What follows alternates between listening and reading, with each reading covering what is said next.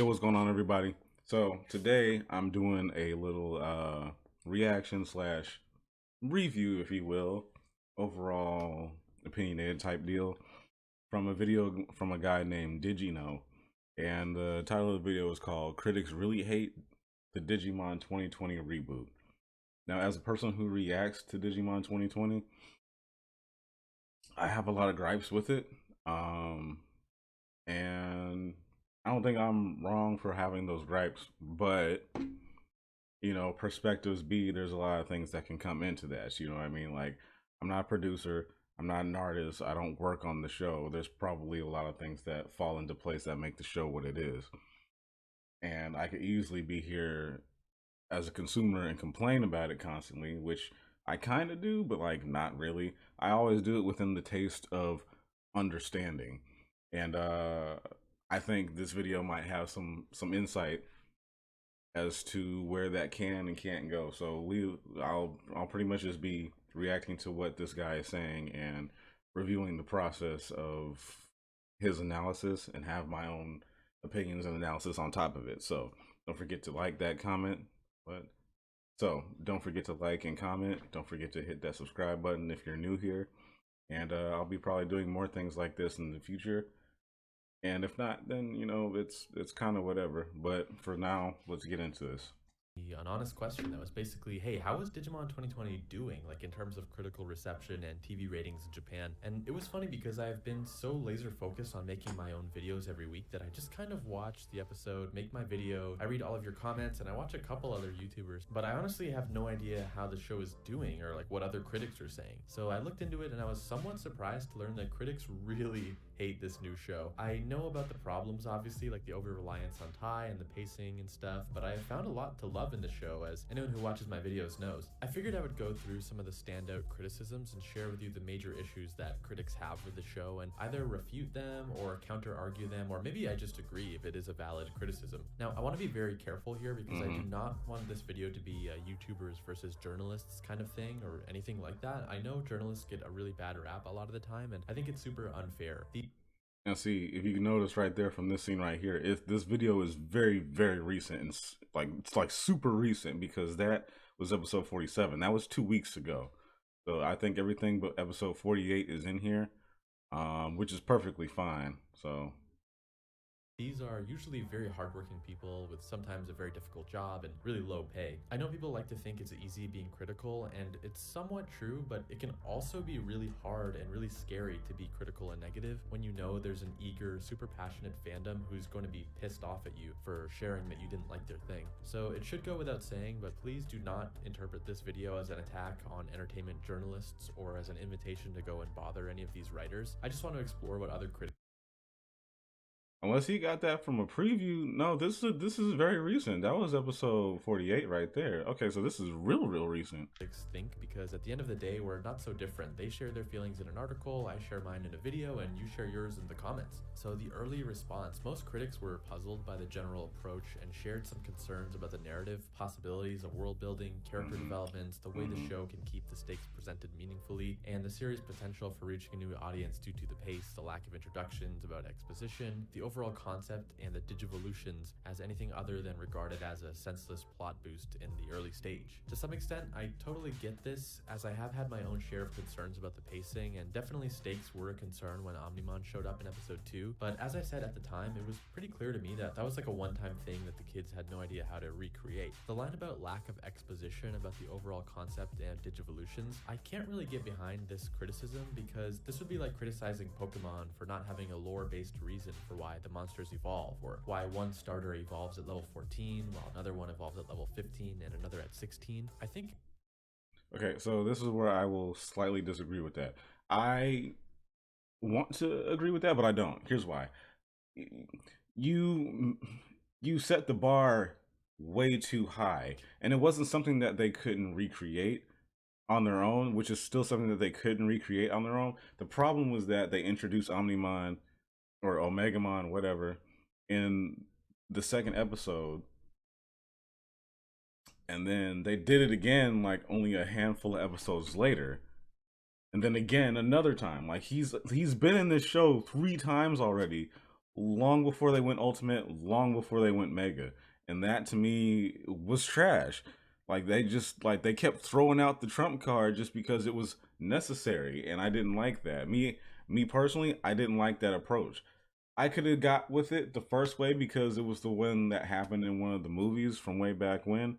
So I kind of like fuck with that a little bit, but at the same time, I don't fuck with it because you jumped the gun. At least when it happened in the movies, they were already established. It's weird that you haven't even gone Mega and we haven't even seen War Greymon yet, but we go to the form that has his literal head on the right arm of this character. You know what I mean? Like that was a bad start to me. Eventually I got over it because it was whatever, but then they did it again and then they did it again. No, you don't keep using the trump card like that. Like, find a different way to do it. Involve the other Digidestin. Make teamwork a thing.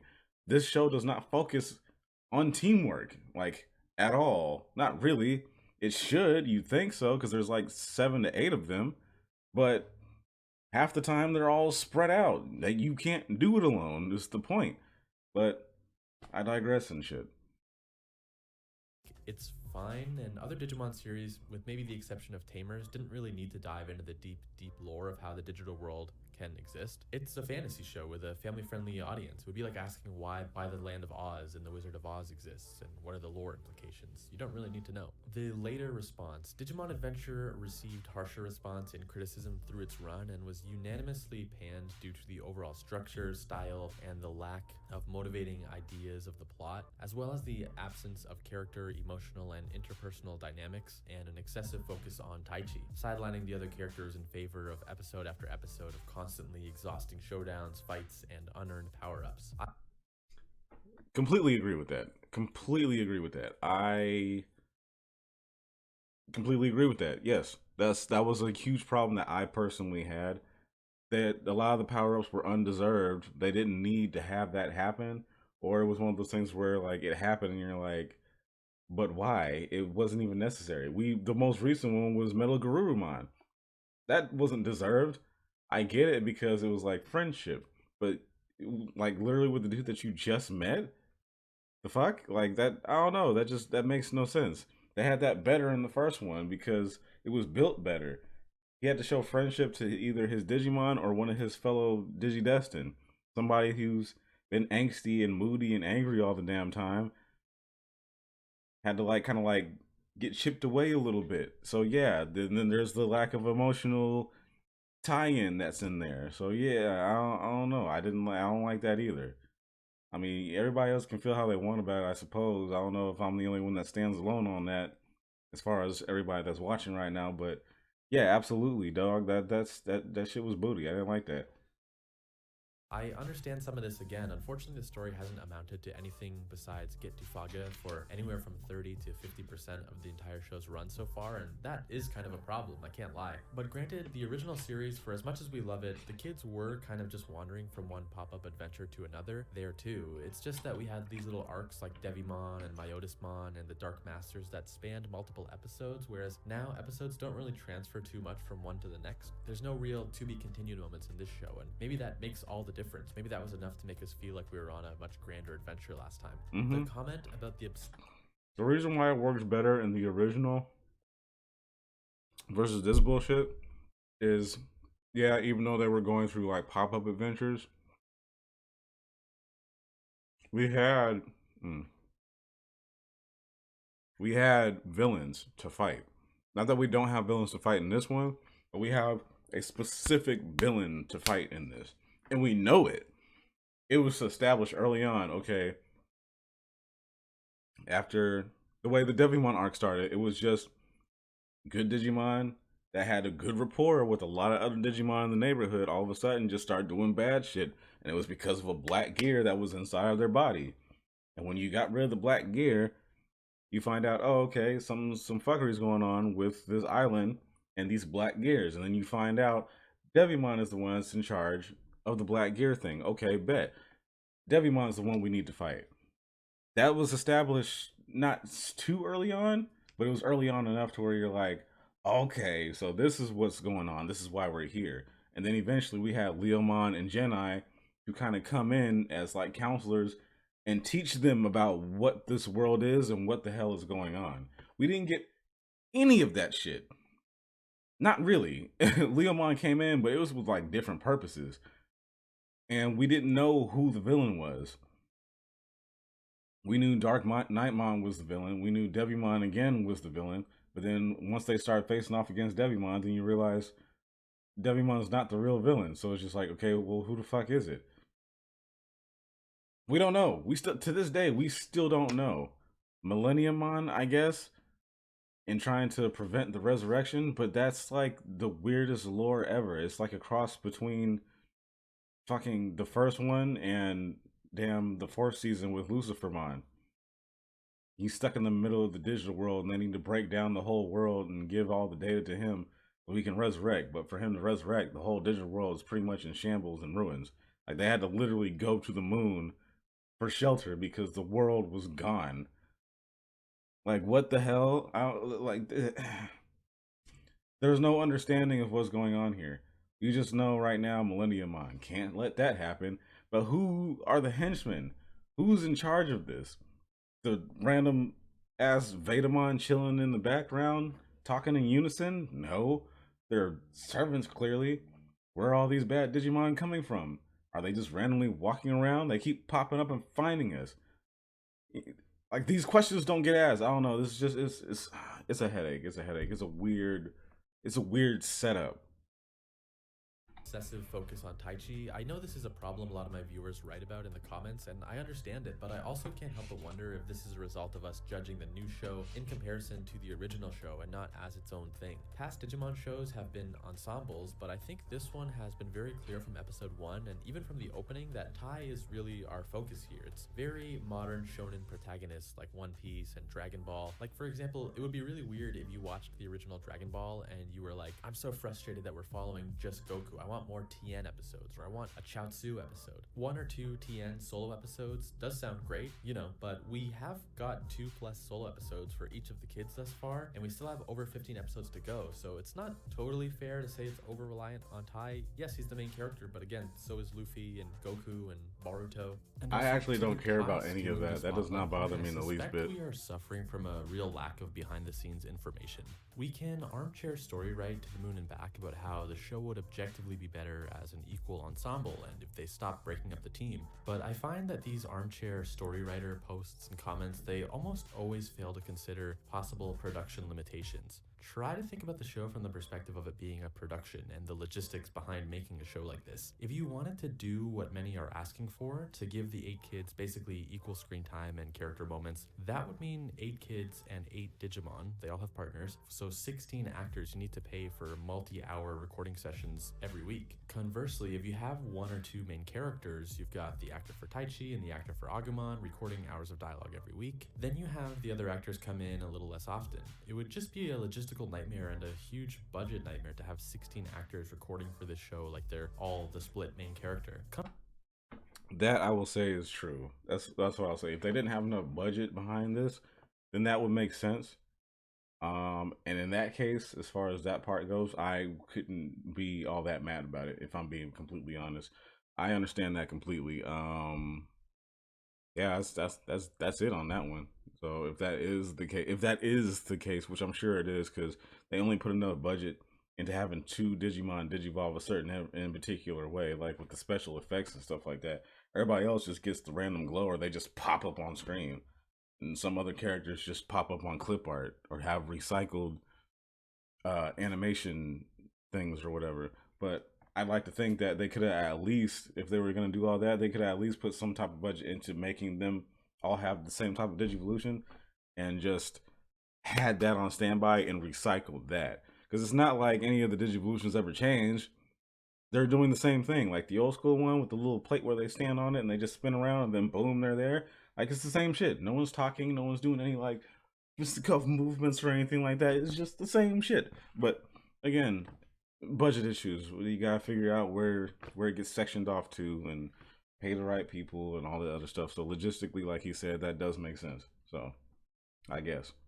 Come to think of it, this is probably also why the team gets split up so often in the new series. It's more cost efficient if this week's episode only focuses on 2 or 3 of the kids and their Digimon, not all 16 characters. And I know that this is a very cold way and boring way of looking at the show. It's super boring, but it makes sense. The truth as to why the show does what it does and makes its decisions than us just saying, oh man, these writers do not understand storytelling or don't understand these characters. I know that anime is bigger than ever internationally, and the implication is that there's a ton of money flying around because of the popularity, but the thing is, while the industry is super popular, there are also way more shows than ever being made, too many shows, and the money pot is spread between all of them. Anime News Network, they apparently stopped weekly coverage of Digimon Adventure 2020 after watching episode 32. You know, I totally get it, but I also wonder if it wasn't purely a thing of quitting coverage due to just personal protest, but maybe there was a reason on the business side. Like if the weekly episode reviews just weren't getting the site traffic that you wanted, yeah, of course, I understand. I would probably stop covering it too, especially if I'm not enjoying it. Anime News Network, they have a quote saying the show's formula is, quote, get one stage of the popular thing we remember, wave it in front of our face for half an hour, move on to the next one, rinse and repeat. And yeah, obviously this is true, but ultimately I feel like the original Digimon was basically the same thing. I know it wasn't a new evolution every week. There were these quieter weeks, but this isn't quite every week either. Like episode 47, we talk about wanting the show to slow down and not just be evolution after evolution. And then we got episode 47, and some people did not like that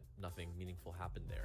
Do I wish not every episode ended with a battle scene? Of course, I really want slower character episodes, but I wonder of in the era, again, of this being like a Toei show in the 20 years since the original 1999 Digimon. Here's the thing with that. Here's the thing with episode 47 that I didn't fuck with. It wasn't that it wasn't meaningful. It was that it didn't have anything meaningful happen with somebody who was meaningless. If that makes any sense. Once again, it was tied to the rescue. But Joe and Gomamon were there. They literally have the crest of reliability. Why don't you focus on him in this arc, in this little in particular episode? I could have appreciated that episode much more if it was Joe kind of like learning to slowly man up. But again, then it goes back to the whole having some level of growth, some level of evolution. Like, it's not just the Digimon that digivolve, the kids digivolve too, because they're growing up and they're becoming more into themselves or something like that. You know what I mean?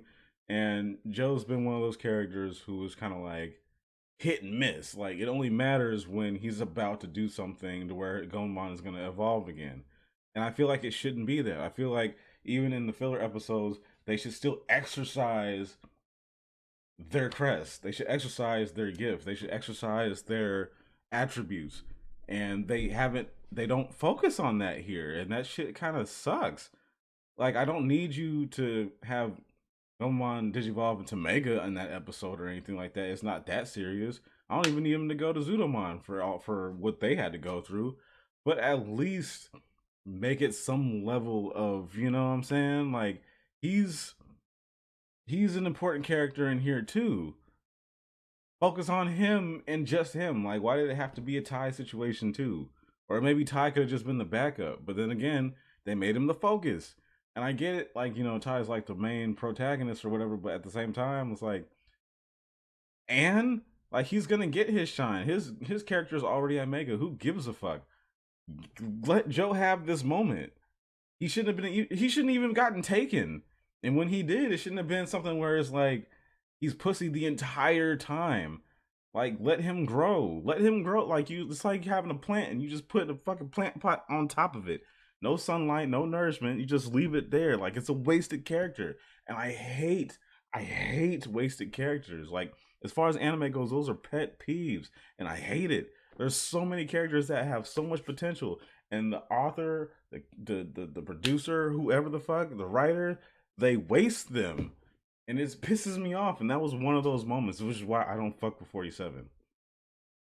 Studio has probably adopted this very strict style guide taken from the success of Naruto and One Piece and Dragon Ball, where you must have a fight scene in every episode. Remember, those shows, besides Dragon Ball, they didn't really even blow up or exist yet when 1999 Digimon was out, and so the formula hadn't been established. But at this point in time, Toei probably, I'm just speculating here, but Toei is probably much more strict because they have this formula that works, at least in their opinion.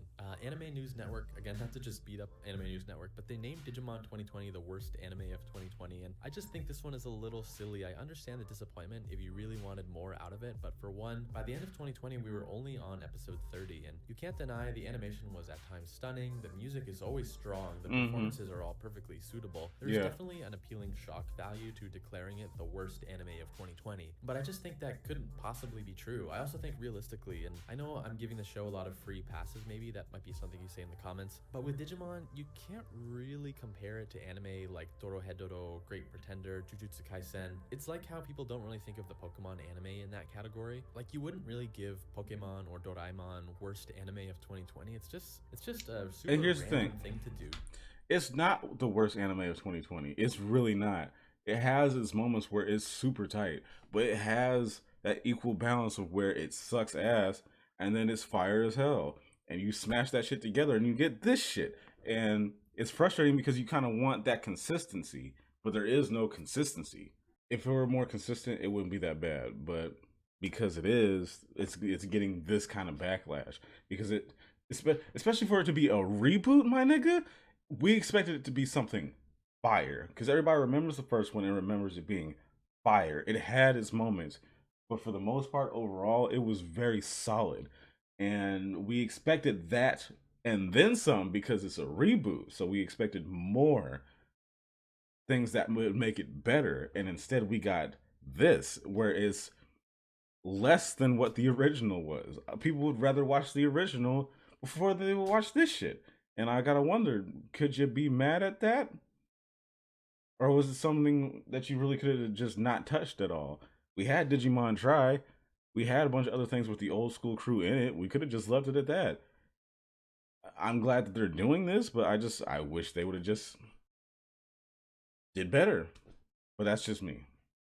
And I know maybe some people don't want to hear that. Maybe you do want Digimon to be on the level of Jujutsu Kaisen, ReZero, and stuff like that, and have it be this massive worldwide hit that young adults love. But the reality is, it is closer to a Pokemon, Doraemon, these kind of kid shows that are family friendly than it is to anything else. And I feel if you consider it a surprisingly good one of those, instead of a surprisingly bad young adult anime option, then it's a lot easier to enjoy.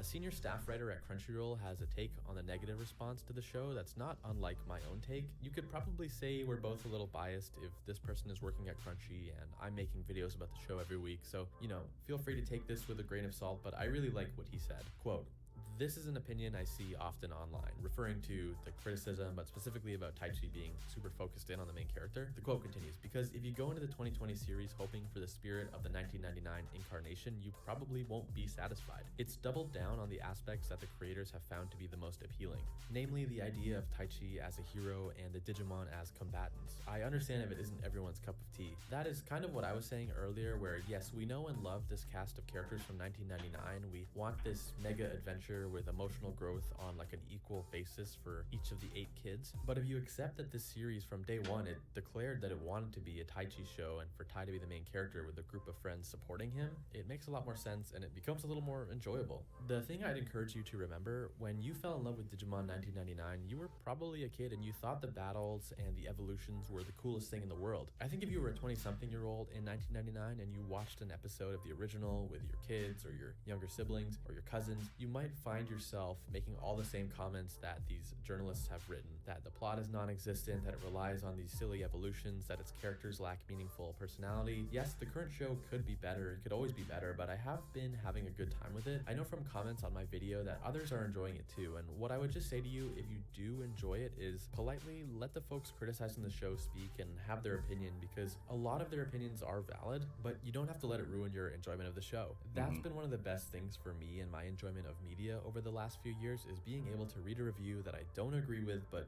not taking it as a personal attack against me or my fandom or my identity. Your fandom isn't any less valid because someone with a blog, website, or YouTube channel feels differently than you. I also am able to have a critical lens on a lot of things and still love them. Like, there's a lot of really cheesy music that I know is just straight up bad, but it's comfort food and I really love it. But yeah, it has been interesting for me to take off the tunnel vision glasses this week and see what everyone else on the internet thinks about Digimon 2020, because I've been enjoying the show, but kind of just enjoying it in isolation. I had not realized how intense some of the critical reception was. I'm truly like that meme of Troy with the pizza coming into the burning apartment from Community. But folks, let me know what you think about the show, honestly. Do you agree with the criticisms from some of these websites? Do you agree with them, but you still enjoy it anyways? Do you agree with what I said about some of the same criticisms applying to the 1999 original version, or do you disagree with me? I know it's not a one-to-one. For example, the old show didn't do a fight in evolution every week, but just generally, complaining that Digimon or Pokemon relies too much on evolutions, it's just such a bizarre comment to me. Alright, thank you for watching. If you made it this far, leave a like if you can, and I will see you in the next video.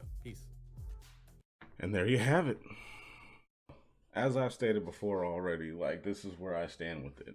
I don't disagree with a lot of stuff that he has to say. There's some things I did, and I think I pretty much explained those things pretty well. But for the most part, he's right, especially in the regards of the whole production thing. If that is a thing, I completely 100% understand that, and I can give that shit a pass. But it doesn't mean I'm going to enjoy the show more just because I know that. It just gives me more of an explanation, like, yeah, that's probably what's going on. So I can give that more of a pass. Like, I can be a little less hypercritical about that. But that being said, this shit is still basic. It doesn't change my outlook on it. It doesn't change my opinion on the show. What I said about the show still remains the same. It could definitely be better. And it's slowly disappointing to see that there's no change in it. But, I mean, I'm hoping for the best. We're at episode 49 getting ready to come up. We only have probably what 7 more episodes left to go before this is all said and done. I just kind of hope that they neatly tighten this up with a bow, because we still have 6 other Digimon that still got to go Mega before the show is over, and I really, really don't want it to be one of those situations where they all go Mega at the same damn time, because one of the Holy Digimon came together and they all had a power boost, and I'm like, oh, power is flowing through my body, and they all just boom, boom, boom, boom, boom, boom, boom, like Titan transformations. They all just go Mega, and we're like, all right, we're here to defeat Millenniummon, because he's gonna get resurrected. You don't just talk about an all-powerful being not being resurrected and they don't get resurrected. He's gonna get resurrected. So, you know what I'm saying? I see where it's going. We've seen this 1,000 times. I'm just here to enjoy the ride, man. I just kind of want my roller coaster to actually have some twists, turns, and enjoyable edge to it. I don't want to be on the basic kiddie ride thinking I was getting on the drop zone. Well, not even the drop zone, because the drop zone is basic as hell. It just goes up and then goes straight down. Maybe this is it. Maybe this is drop zone. No, because on the way down, you're screaming with excitement and fear. I don't feel any of those things coming down. It's just kind of like, oh god, this sucks. But who knows? Maybe it's one of those things where it's still cranking up. Weird metaphors and analogies. Anyway, hope you guys enjoyed this video. Hope you guys enjoyed this explanation. For those of you who are in the similar area with me and Digimon, I hope you guys can get a better understanding. If those of you are a little bit more biased towards it and everything, I hope you enjoyed it all the same, or at least can understand my points of views on it as well. I'll be back for episode 49, and look out for episode 48. I'll put the card up here above, so that'll be coming out soon. And until next week, I'll see you later. Oh, don't forget to like, comment, and subscribe. Hit that notification bell for more updates as I update, because I will keep updating. And yeah, till next week, y'all. I'll be here telling it like it is.